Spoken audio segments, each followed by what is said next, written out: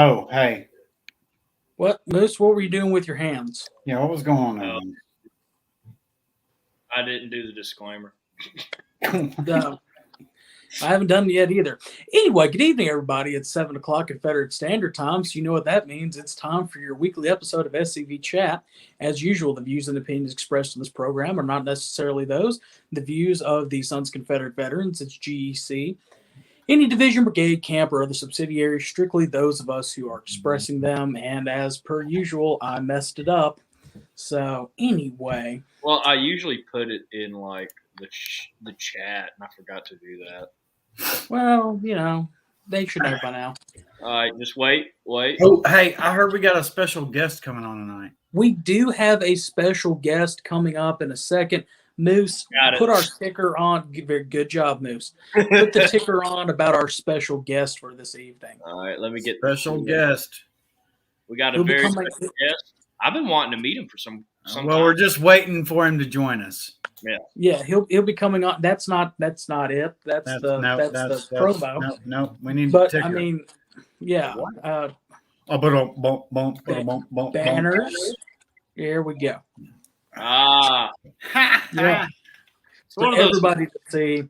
We often end our Monday evenings with the quote from the late great Harold Filpots. Well, tonight we have his son coming up. He'll be on later on. Harold was a great Southerner, and his son's a great Southerner as well. And he's really an expert on what we're going to be talking about tonight.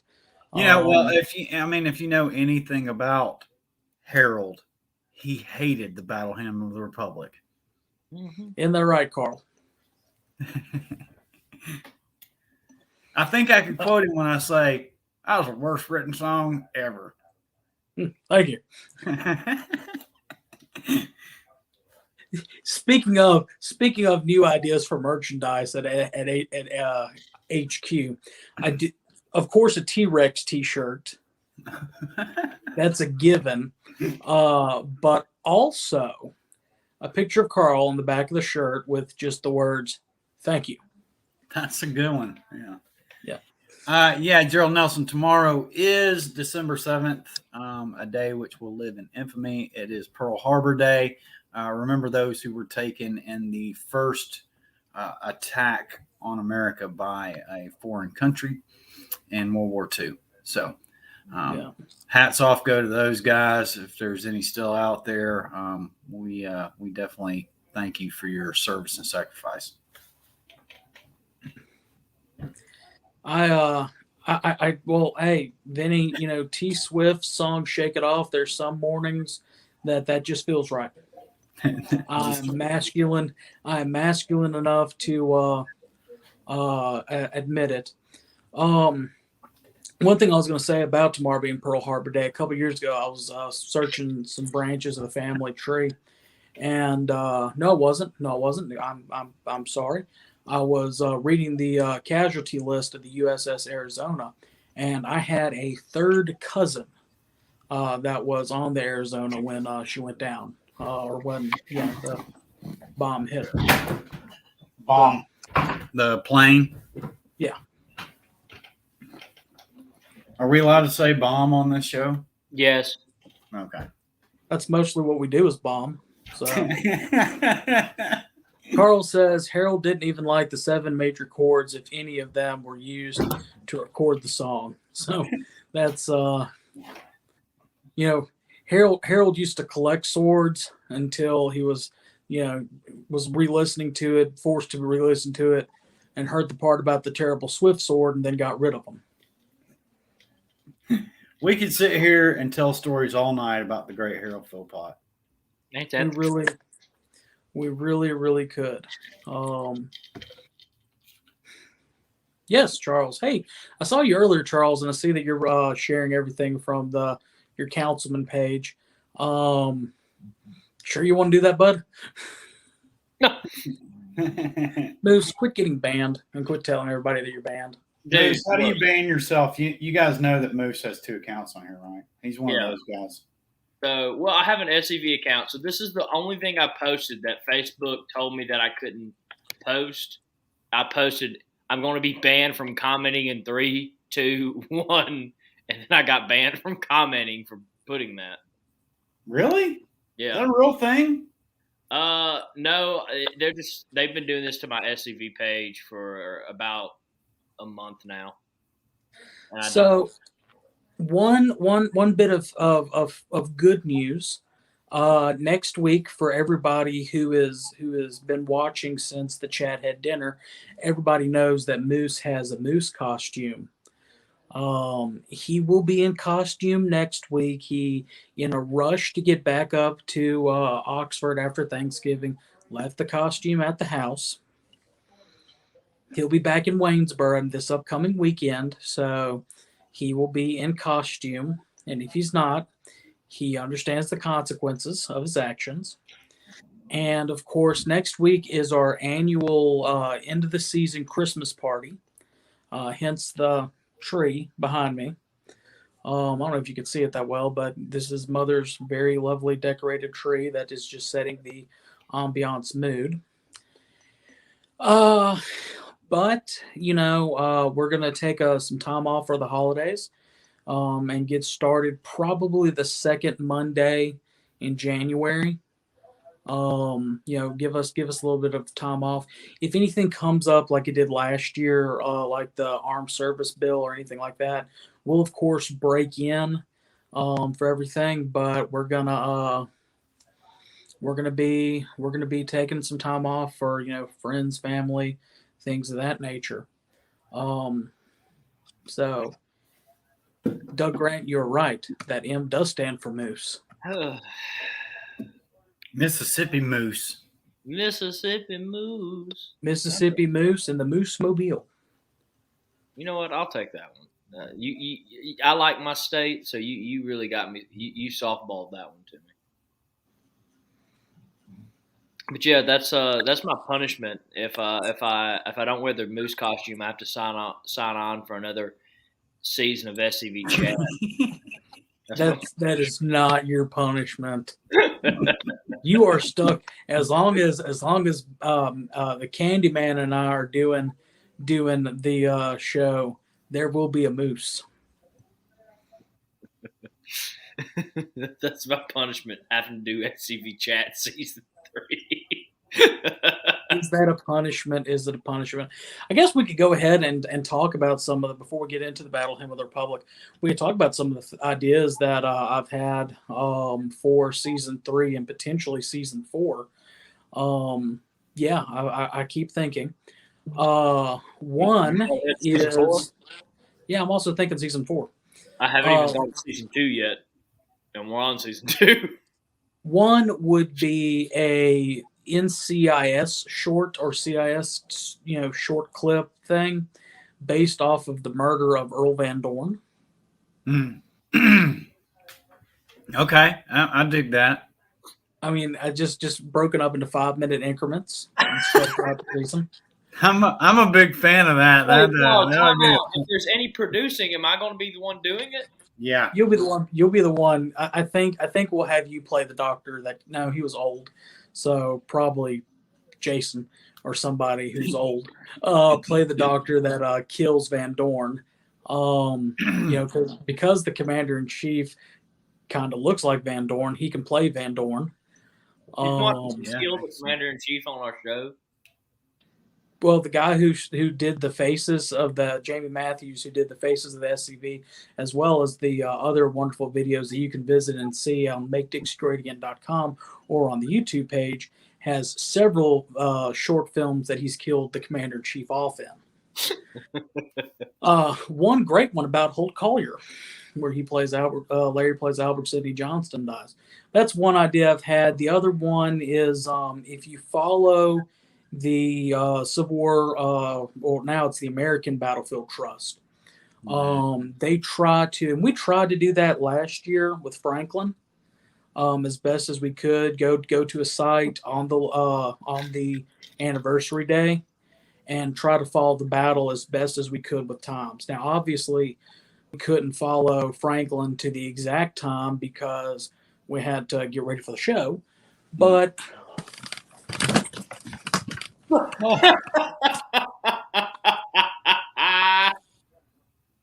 Y'all awake? Man down. Quick, commercial break. Yeah. Oh, crap. There's Harold and his wife, Phyllis. No, Gladys. Oh, yeah. Oh, man. Harold would not be happy with me. Yeah, we're no, take that down. Take that down. Really? But try to go to a couple of sites close to the anniversary dates and show the talk. That's more of a season 4 thing. Yeah. The other thing that I've been thinking of is, if y'all remember this past March when Moose and I came up there to the GEC meeting, and Matt, you interviewed Carl. Yeah, I remember that. Mm-hmm. I would like to do that with several other members up there in the study. Ask the same questions and record it all in one single long take. Yes. Put that out there. Yeah, I'd like to do that too. Yeah. So for our chat heads out there, that is those are your options of what you can see. So if y'all like the CIS idea in a future season, not next year because that's going to take a lot of time to record and all that stuff, comment in there that you like that. If you'd like to see us doing some local battlefield or less known battlefield stuff, that's that. And we're doing the documentary series, so y'all just can watch it, or hey, yeah, that's a cute young fellow right there. Stop it, Moose. I couldn't find Connor's Frozen again. Yeah, that's because it's deleted. Actually, I found it on my phone. So anyway, we're still waiting for the son of Harold Filpots to come on. But I guess we could go ahead and start talking about the battle hymn, unless, Matt, you got anything, news or updates up in Columbia? Please bear with us. We're trying to fix a postal issue right now. I'm packing things as fast as I can. They're getting out as fast as we can get them out. We will continue to get everyone's packages out. If you're ordering stuff, if you're calling me, I'm trying to answer the phone as much as I can. Problem is right now I only have one phone in the office and I'm over in the other room packing stuff, so I can't get to it every time. But we are working on it, and hopefully I'll have it all fixed in the next I want to have all the packages out by this week, so I'm sure there'll be a couple late nights this week, but I will get everybody's stuff out to them.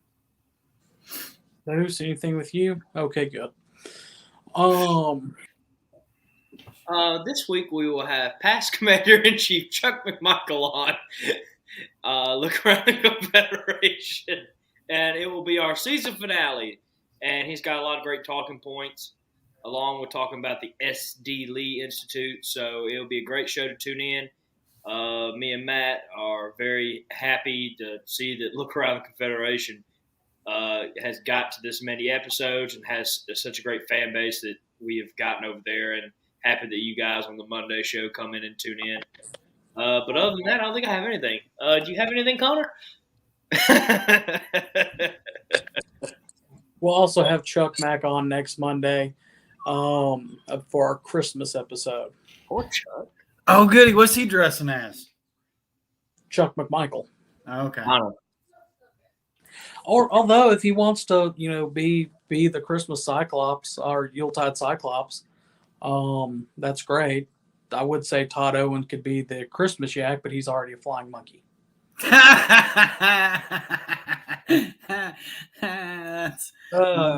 Told him I was going to say that when I was on the phone with him yesterday. So, flying monkey. He would be a good Christmas Yak, though. Well, somebody in the world of sports did something fantastic. That's true. LeBron James finally retired. It's basketball. No, I don't care. It's NFL football. I don't watch that crap. Yeah. I only have that app because it's college football season and I need to know what's going on with recruiting. I have it only for Liberty. I might have a problem when it comes to football. Mm-hmm. Hey. At least you're not a volunteer. How do you do? At least you're not a Vandy fan. That's true. If I was, I would be into the sport of baseball, college baseball. And until they use wooden bats in college, it's not baseball. And whistling. Yeah, whistling. Who whistles? The Vanderbilt. Vanderbilt has two guys that whistle, and they're very loud and annoying. And I don't know which is worse, the Mississippi State Cowbells or the Vandy Whistlers. Well, the good thing I'm gonna have to go with those Cowbells because there's definitely more of those there than there are of those Vanderbilt people. Good news about those Cowbells is Ole Miss came in during the Egg Bowl and took them for a bit, so they're not gonna be ringing them anytime soon. Speaking of, Matt, you may get a visit from the Christmas Moose coming up soon. Ooh, Christmas Moose. Yeah. Hey, Moose, you and Forrest may be going up to Columbia. What? Surprise. Christmas Moose. Christmas Moose. Christmas Moose.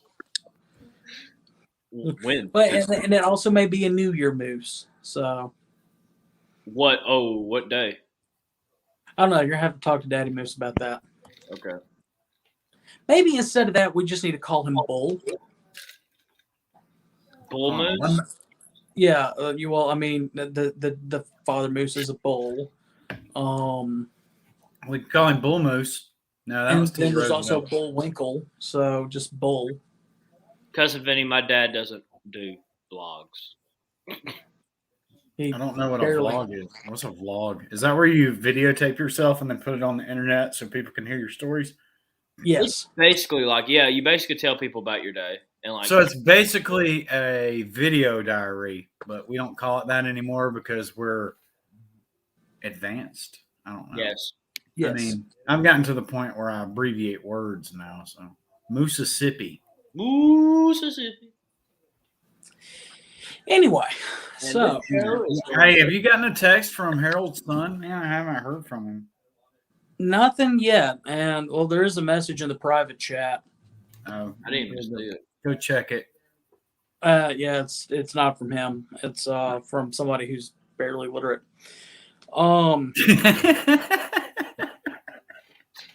So I can go ahead and tell y'all one reason why the Battle Hymn of the Republic has been stuck up my crawl for the past couple of days. And that's because for a week at work, I heard it played 8 times in a row for an hour. That sounds fun. It was awful.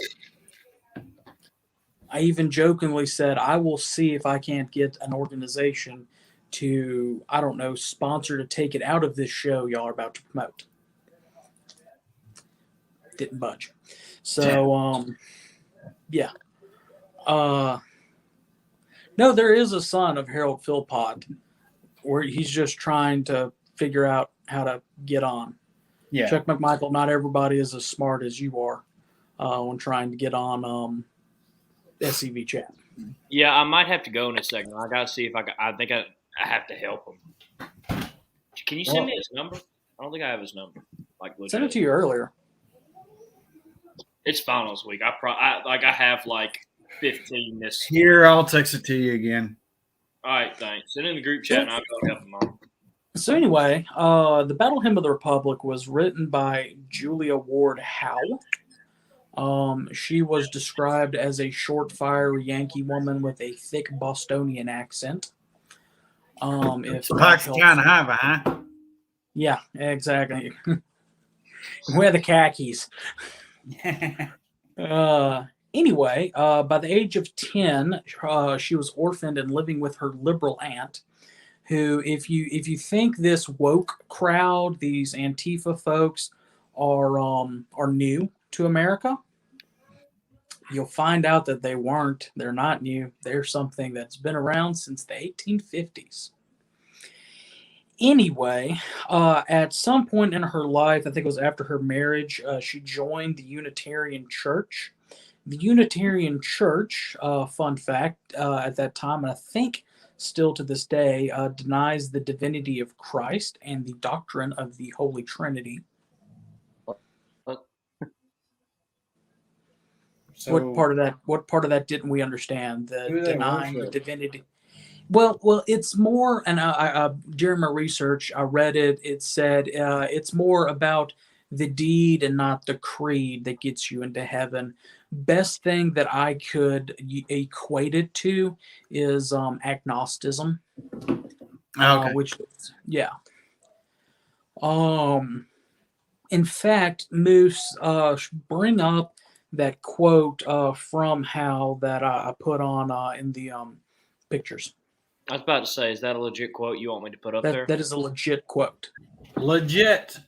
So, legit to Julia quit. Ward Howe said that not until the Civil War did I really officially join the Unitarian Church and accept the fact that Christ was merely a great teacher with no higher claim to the premise of wisdom or premise in wisdom, goodness, and power than many men, having rejected the exclusive doctrine that made Christianity and especial forms of it the only spiritual way of redemption.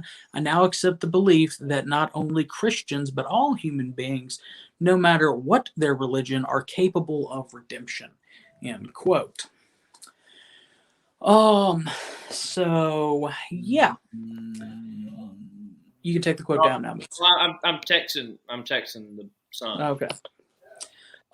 So essentially, the humanistic or humanism ideals that we see very prevalent today was something that she espoused, 170 some odd years ago, which begs for me to ask, why is this song in the Baptist hymnal? Why is this song sung in churches?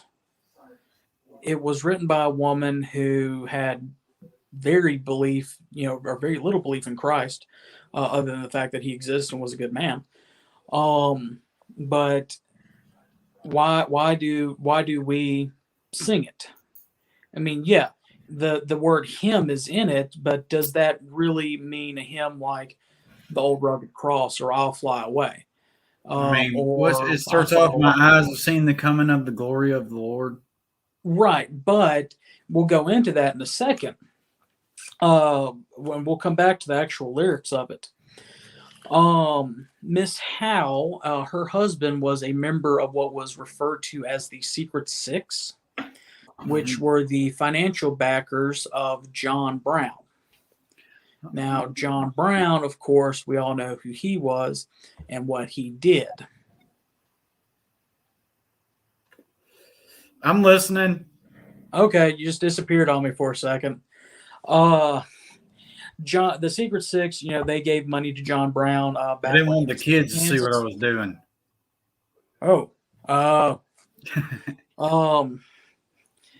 He was calling Santa.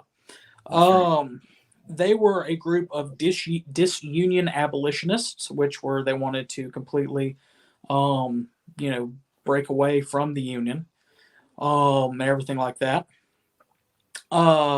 When he was in Kansas, John Brown actually massacred several Southern settlers.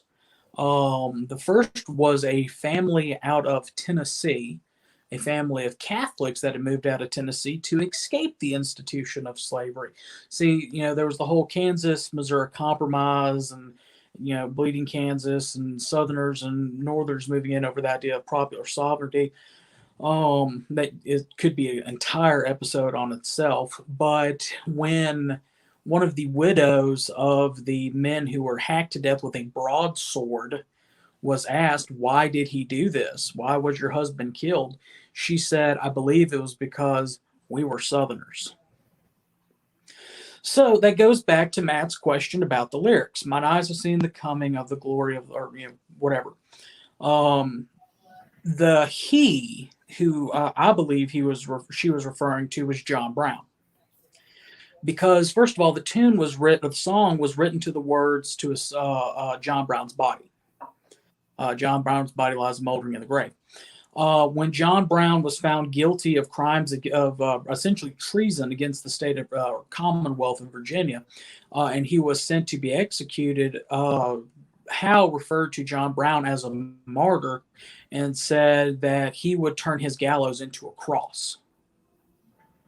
So the he was referring to, a lot of people think it's Lincoln, but it wasn't Lincoln, because Lincoln, and when it came to the beginning of the war, to the issue of slavery, look back at his first inaugural address, or his letter to Horace Greeley, excuse me, where he said, the inaugural address where he said he is not going to do anything with social institutions, but then his letter to Greeley in 1862, where he says, if I could, this war is about preserving the Union. If I could preserve the Union without freeing any slaves, or freeing all slaves, or freeing some and leaving others in bondage, I would. I'm paraphrasing, of course.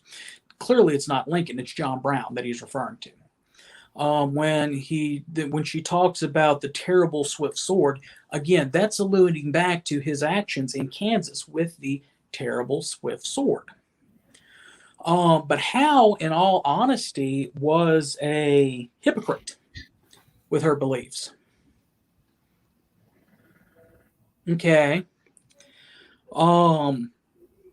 She actually wrote in a letter that her ideal person of color was, quote, refined by white culture and elevated by white blood. Which, essentially what this song is a racist, or a song written by a racist woman, given that last quote, singing about the martyrdom of a man who went through and murdered people, specifically Southerners. So why do Southern churches, why do so many Southern institutions, and when I'm talking about institutions, I'm talking about schools, and not just universities. I was on the phone with Bull the other day, and he was talking about how they had a Veterans Day program at his school, and he went and gave this same information to the person organizing the program, and they pulled the Battle Hymn of the Republic out of it. Your average Southerner does not think, or does not know, that the song has all of these things that are wrong with it. Yeah. And it's something that we, as members of the SCV, especially with everything that the Kennedy twins have been saying about being influences of change in our communities, that we need to push forward in our communities and see that the song is not used because it's written by a racist, and it's idolizing a mass murderer, and it's about murdering Southern people. Yeah. That's all I got on that. That's a garbage song. It really is. I don't like it. So, update, bud. He's going to try to get on his phone. Me and him talked for a little while on the phone, and he was telling me what's wrong with his computer and why it wasn't letting him get on, and I couldn't figure out what it was over the phone. So I told him to try his phone and see if he can do it on his phone. Is he driving or what? No, he's at the house. He just doesn't know how to work his computer that well, and it's an older computer. So me and him, I tried to figure out how to get this StreamYard on his computer, and I just couldn't. So I told him what type of iPhone he has. He has an iPhone 5, and he's going to try to get on with that. No, actually, he told me and him had a nice conversation about it. Apparently, if you take your battery out, get it replaced with a new one, iPhones last a lot longer than we give them credit for. What? I asked him why he still had an iPhone 5. He says he takes his battery to get it replaced once a year. It also doesn't help that Harold's a catfish farmer, and Harold's son's a catfish farmer. Harold sold used pianos in a department store for many years. But yeah, Chuck McMichael, you are right. The song was a sneaky part of Reconstruction, a way to warp the history of the war. And in fact, that goes into the larger question of, are we still under Reconstruction to this day? Yes. Let me think. It may not be federally occupied, but it's federally dollar controlled. They're not occupying us with boots on the ground, but they're occupying us with money or lack thereof. Lack thereof hit me today. Well, I mean, you talk about the Kennedy twins have several books out where they talk about one in particular. I can't remember the title right now. And Walter D. Donnie or Ronnie Kennedy, if either one of y'all are watching, and you can remind me which book y'all wrote about the Yankees keeping us under their thumbs when it comes to finances, we will be happy to plug it.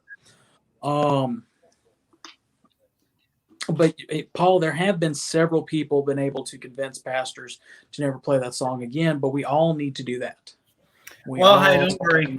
It goes into my little book of banned songs. I've been banning a lot of songs this week, including tunes such as The Great Dixieland Delight by the band Alabama, who is no longer allowed to be played in my house either, because I hate Alabama. I hate Crimson Red.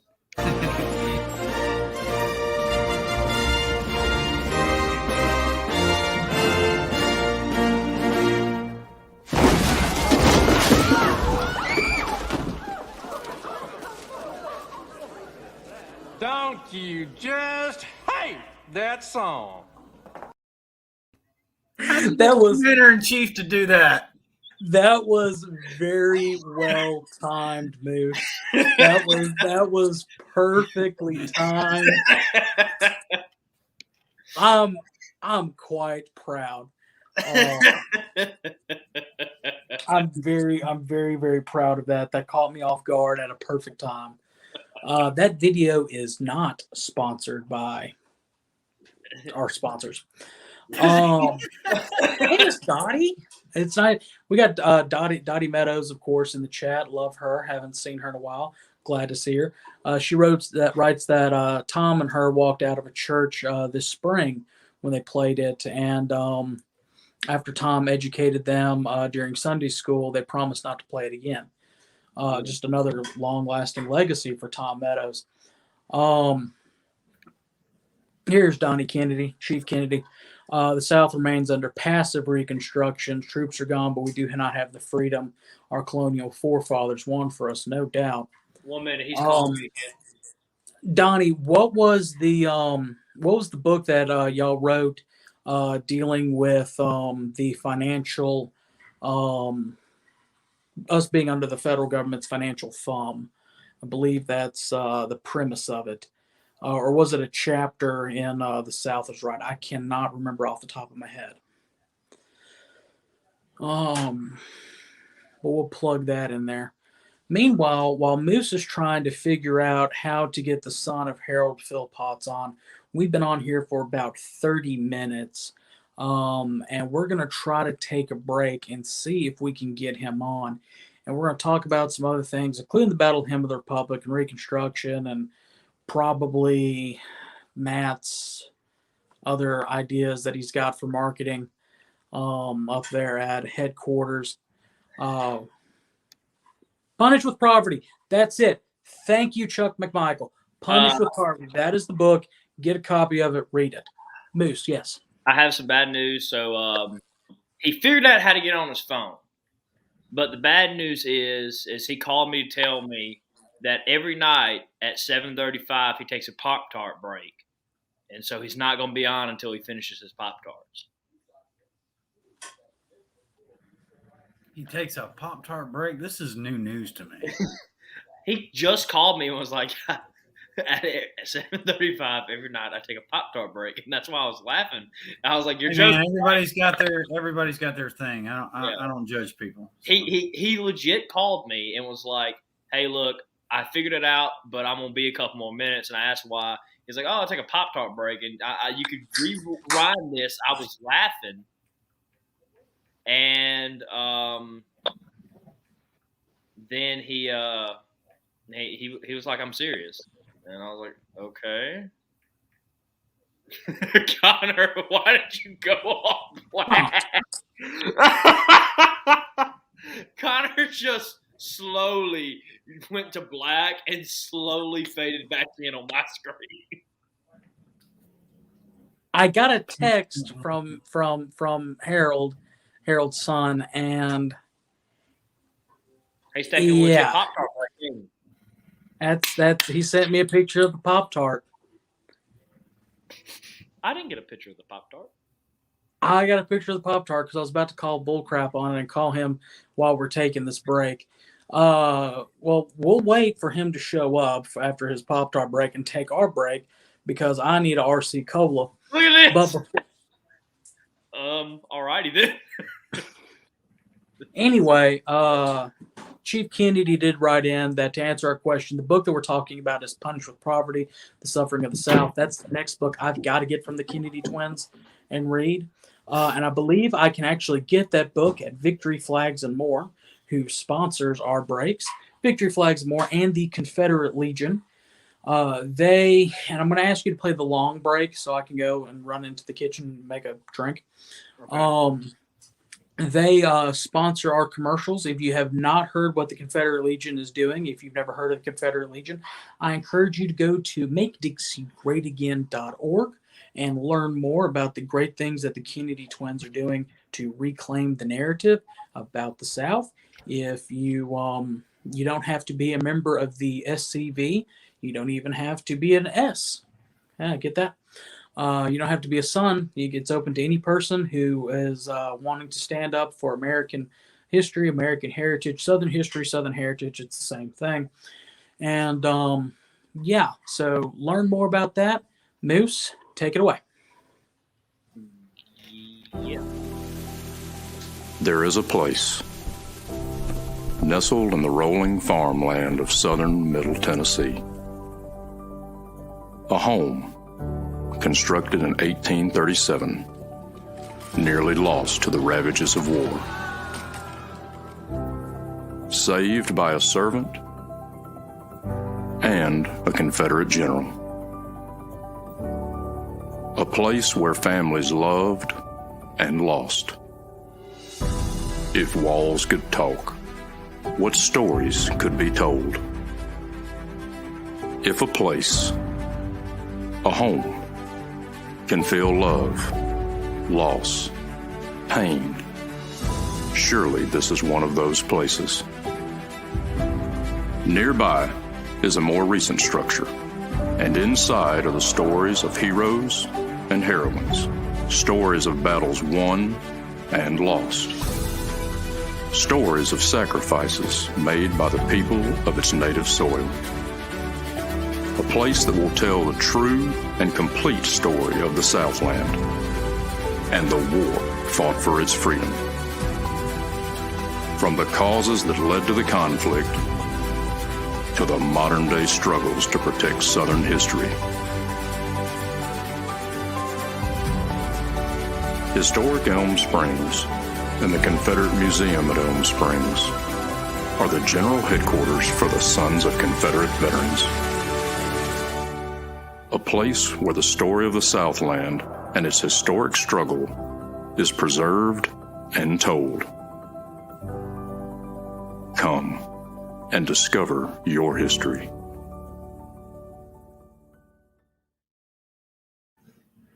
Well, it looks like Connor's not back, so I can play this.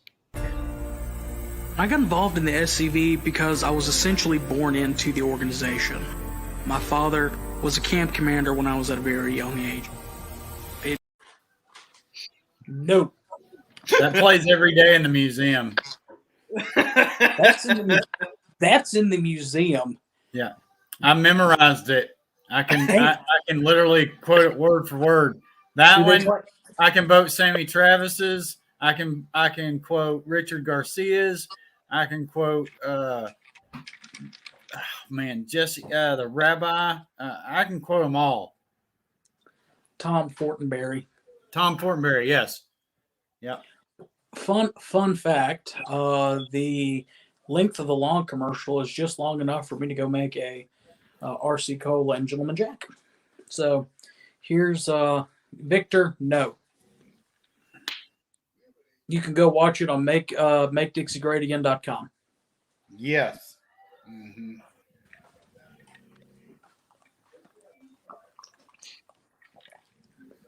Yeah, we also have, when you walk in the museum, the Rebel Yell.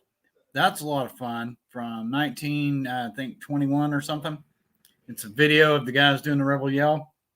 That plays on repeat all day long for hours on end, and you can hear it all day long. It's at first it was really like, yeah, man, this pumps me up, and now it's like nails on a chalkboard. Years ago, and I don't know if the video is still on YouTube or not, the former Museum of the Confederacy recorded a based on evidence, descriptions of the Rebel Yell.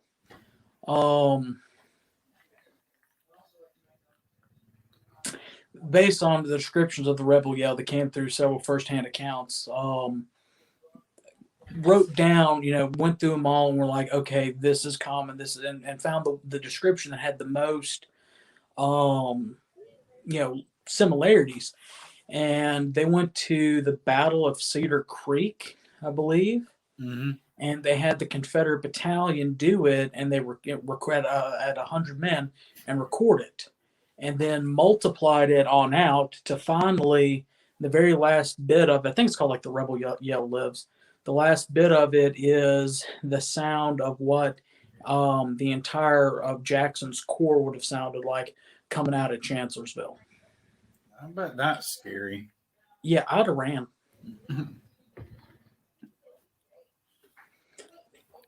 What's Moose doing?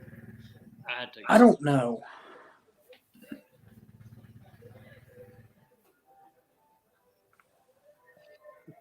It's a good idea. I mean, just right there at the end of my boring commercial, just, loud, fast, and,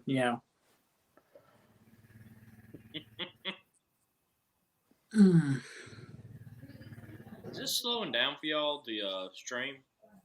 No. Time is slowing down. Yeah. It's because Filpots' son won't come on. I mean, I'm beginning to lose my patience for him. If it wasn't for the respect I had for his father, who I hold third place behind Dr. McCain and my own father, I just say, like so many others who've been on the show before and you haven't seen since, just roll him into the don't call us, we'll call you category. Yeah, it's I mean, let's be honest, it's not Harold's son's fault. He's just not well, let's just say his daddy left big shoes to fill, and let's just say he also has Moose trying to get him on. I have held that, on and I mean the catfish farm. It's in the middle of nowhere. I forgot about that. What state does he live in again? Tennessee.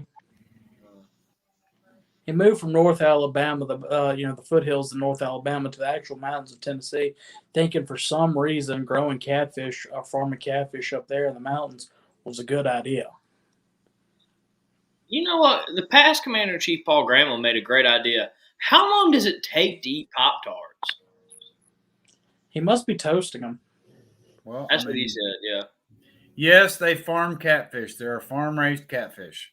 And yeah, there's actually some in Mississippi I've passed before. They're not as good as the ones that come out of the Tennessee River. Those taste like straight garbage. The ones out of the Tennessee River? Yeah, because that's basically, all the garbage. Yeah, and catfish are a bottom feeder. Yeah, they are. No, U.S. farm-raised catfish is one of Mississippi's, at least, leading agricultural exports. Yeah, man. Catfish is big money, bro. I mean, dude, they farm tilapia as well. You know what else is? And salmon. You know what else is very good? Bass, trout. Yeah, what? Beets. Beets, bears, and Battlestar Galactica. Bears beats Battlestar Galactica. Fact. Black bears are the best bear. Well, really, there's two trains of thought in that. Wait. I should have went with a match. Michael?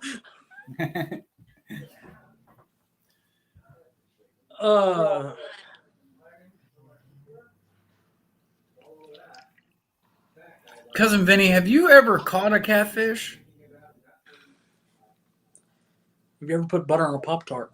Have you ever put butter on a Pop-Tart? Hey, good news. Lieutenant Commander-in-Chief Jason Boshears just commented in. Moving along the forest reinterment video, working on some finishing shots tomorrow. Hey, that is great. Moose, send Jabo a link really quickly. Let's see if we can get him on for a couple minutes while we wait on Harold's son to pop up, and he can give us, kind of an update on that in person besides a few little words of text he can send.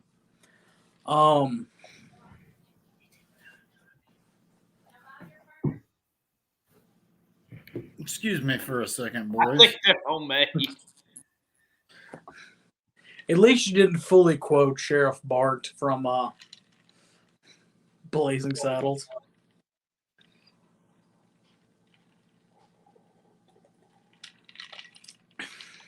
It's loading. It's going to take a second. Wait, he's loading or sending the link is loading? Sending the link is loading.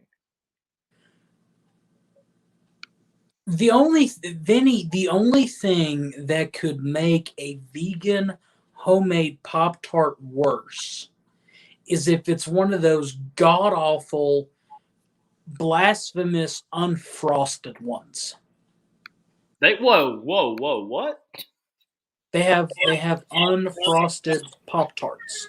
Yeah, I've seen those. That's disgusting. Who does that? That's just wrong. That's the most un-American thing I've ever seen. Exactly, the communist. Jabo. I just sent the link, J-Bo, so. We know you're still watching. Jabo. Elbow, if you're watching, make Jabo get on. Jabo. So what are you thinking about for the T-Rex shirt, Matt? Let me design something this week. I'll see what I come up with. J-Bo is my dad. And Donnie Kennedy just put out there that y'all can hear some more updates on the Confederate Legion on last week's episode. Looked around the Confederation, which Harrison is going to set for a replay Wednesday this week, correct? Yes. So tune in Wednesday for replay. Hey, J-Bo. What's up, gents? How y'all doing? What's up, just J-Bo? waiting on Harold's son to get on. Yeah, I don't know what to make of that. I was a little disappointed. I've heard so much about the man, especially recently. Recently over the last 2 years, I've heard so much about him. I never knew Harold. I know some people who knew Harold. I never knew him, never met the man. And I've been interested to see his son, meet his son, talk to him. Still hadn't happened, really doesn't look real promising for tonight either, does it? Well, we're almost out of time. We're 10 minutes away from ending If I the would have show. known about the Pop-Tart break, See, that's what kind of worries me. I don't understand the Pop-Tart break. All of us have snacked when we've been on here before, you eat a cookie or something like that. As far as I'm concerned, it would be no different. Him eating a Pop-Tart would be no different than Connor Bond had with his dip. There is no difference. So, let the man come on here and let him eat a Pop-Tart and talk to us. All right, maybe that's it. He doesn't want to get sick watching me swap out a wad of tobacco. Moose, you got 10 minutes. Get back on the phone, see if you can figure it out. all right, I'm gonna hit him up. So, Yeah, go ahead. I was going to say, how's the forest video coming? I've talked with Jamie Matthews a few times. Things are looking really good on it. He's got some more of the video of the disinterment that he is going through now.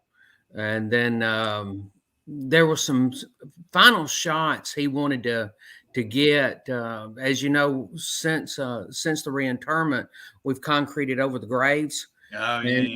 And he wanted to come and get some shots of that. Everything's going to be outside, nothing of the inside, just some shots of the graves where things stand right now.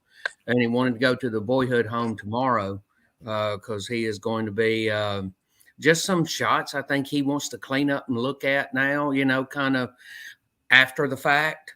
It's just, probably my guess is with the Forest Boyhood Home, he looked at the videos, but after he filmed them, but it was everybody there and everything going on. So he has not seen the house and the property without, 400 people and 12 horses, so I'm guessing he's just wanting to tidy that kind of stuff up. Hoping to, one thing we're going to have to do is once this gets done, right now it's going to be right at an hour and 20 minutes. It is going to be a pretty long documentary of this, and it will start. I already know what the first shot is. So I was there for the first shot. So I know what it's going to be. And just so you know, it's the first shot was when we dug the graves. It is going to be with the camera facing the house and the graves are between them. Camera, graves, house, and it is just going to be of the house, and then the digger just coming down and smacking into the ground, and then taking a pull. That's going to be the opening shot. Then it's going to go all the way back and start telling the history, walking the history all the way up. So it's going to be quite a long video. I'm really hoping to have something by Christmas. So I because once we get it done, and then we put the final touches on it, and the commander-in-chief looks at it, I look at it, members of the GEC look at it, y'all guys look at it and say, okay, you know what? This is our final product. Let's roll with it. After that, it's getting somebody to make the DVDs for us, and that, that kind of stuff. So, some of y'all that might be getting Christmas money, when I was a yonker, people wanted to give, When you were a Ute? A Ute. A yonker, when I was a yonker, I wanted my toys, but when you get into that age where you realize money can buy you the toys you want, you start wanting the money. So some of you guys that are going to be guys and gals out there in Chathead land, if you get Christmas money and the videos aren't out yet, how about squirreling back a few bucks? And then when they do come out, boom, maybe we can start the new year off right and go to some Lee Jacksons and talk about forest videos. That'd be cool. That's right. Looking forward to adding those to the gift shop and to the store, man. Yeah. Yeah. It had really shot for that. But an hour and 20-minute long documentary, that's gonna be something you're gonna I can't wait to see that. I really can't. That's gonna be awesome. Yeah. Anything else y'all guys want to ask about? I don't know if y'all talked earlier about, I've been watching, and I hadn't seen it. We had the home tours this weekend. Murray County home tours. We had those coming through.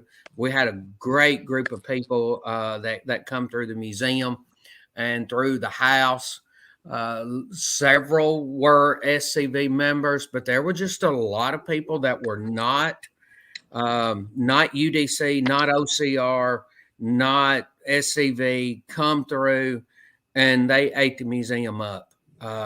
So many people said, I had no idea this was here. I am so happy with this. I'm so proud of this.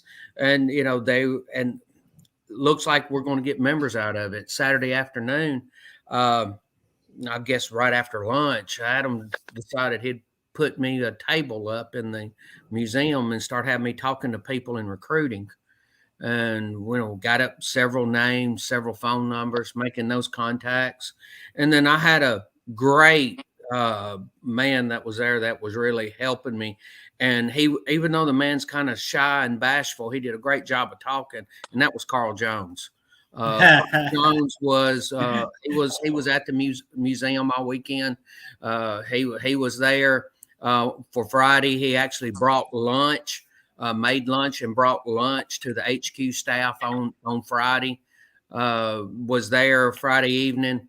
Then Saturday he was there all day. Saturday night we had the Sam Watkins Brigade Christmas party. Tennessee Division Joey Nolan was our guest speaker. We had a great turnout. We filled the room up. It was even pointed out that next year we're going to have a tough time getting everybody in there if we continue to grow the way that we have. But we had a great turnout with it. Joey did a fantastic job. And then yesterday, as we know today, is the death date of our beloved Confederate President, Jefferson Davis, December the 6th of 1899. We lost our one and only Confederate president. And we had a memorial service for him at his statue that is there at Elm Springs. Our first one was last year. I was the speaker. This time, Tom Wood, who's a noted Jefferson Davis speaker. Tom Wood, he's the Tennessee Division Adjutant. He does a great job on Jeff Davis. He takes it in such detail that it is a 3-part program. He can condense everything down into 15 or 20 minutes. But if you know anything about Jeff Davis, condense